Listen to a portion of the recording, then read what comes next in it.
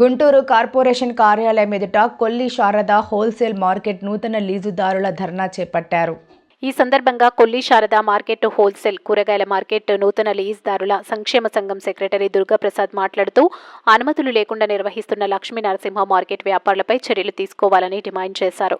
అక్రమంగా మార్కెట్ నిర్వహిస్తున్న వారిని తక్షణమే అరెస్ట్ చేయాలన్నారు. కార్పొరేషన్కు ఆర్థికంగా నష్టం చేకూరుస్తున్న వారిపై కఠిన చర్యలు తీసుకోవాలంటూ డిమాండ్ చేశారు.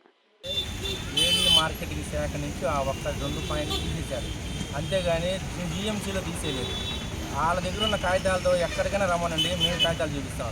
గుంటూరులో హోల్సేల్ మార్కెట్ నడపాలంటే 16 శాఖల అనుమతులు తీసుకోవాల్సిందే. మా దగ్గర రిటర్న్గా జీవోలతో సహా ఉన్నాయి. వాళ్ళు చెప్పేది ఏంటంటే ఏడీ మార్కెటింగ్ వాళ్ళు ఒకళ్ళు ఆ 2 విభాగాల్లో తీశారు. అంతేగాని పర్మిషన్ లేకుండా అమ్ముకోవడానికి లేదండి. అది మా దగ్గర జీవో కాపీలు ఉన్నాయి, కమిషన్ గారు ఇచ్చిన అమెండ్మెంట్స్ ఉన్నాయి, అన్నీ ఉన్నాయి మా దగ్గర. కోర్టులో కూడా ఈ విషయం మీదే వాళ్ళు ఓడిపోయారు, వాళ్ళ పర్మిషన్ రావట్లేదు. దానికి తోడు వాళ్ళు వెళ్ళిన కాంప్లెక్స్ రియల్టీ ట్యాక్స్ 3 కోట్ల చిల్లర కట్టాలి, అక్రమ లేఅవుట్లో ఉంటున్నారు, ప్లాన్ పర్మిషన్ లేదు, దానికి రెసిడెన్షియల్ ఏరియాలో కమర్షియల్ బిల్డింగ్ కట్టారు.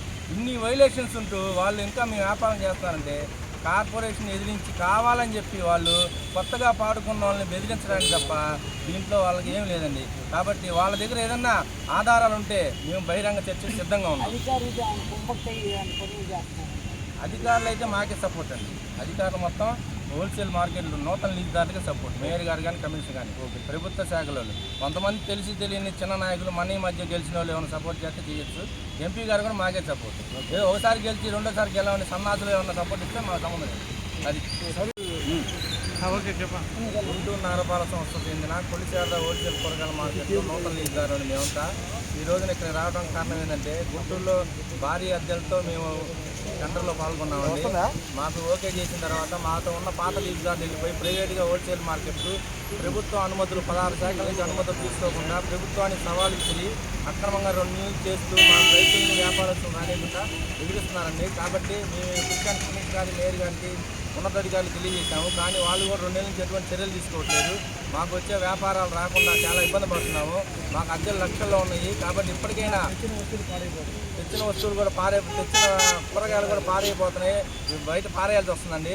గుంటూరు నగరపాలక సంస్థకు చెందిన హోల్సేల్ వ్యాపారం కొల్లి శారద మార్కెట్లోనే జరుగుతుందని పేపర్ ప్రకటన కూడా ఇవ్వడం జరిగిందని కమిషన్ గారు. కానీ ఈ ప్రభుత్వానికి సవాలు విసురుతూ గుంటూరు గురంపాడు బైపాస్లో లక్ష్మీ నరసింహ వెజిటేబుల్ మార్కెట్ అని కొంతమంది వ్యాపారస్తులు ప్రతిపక్ష నాయకుల సహాయంతో వ్యాపారం చేస్తున్నారండి.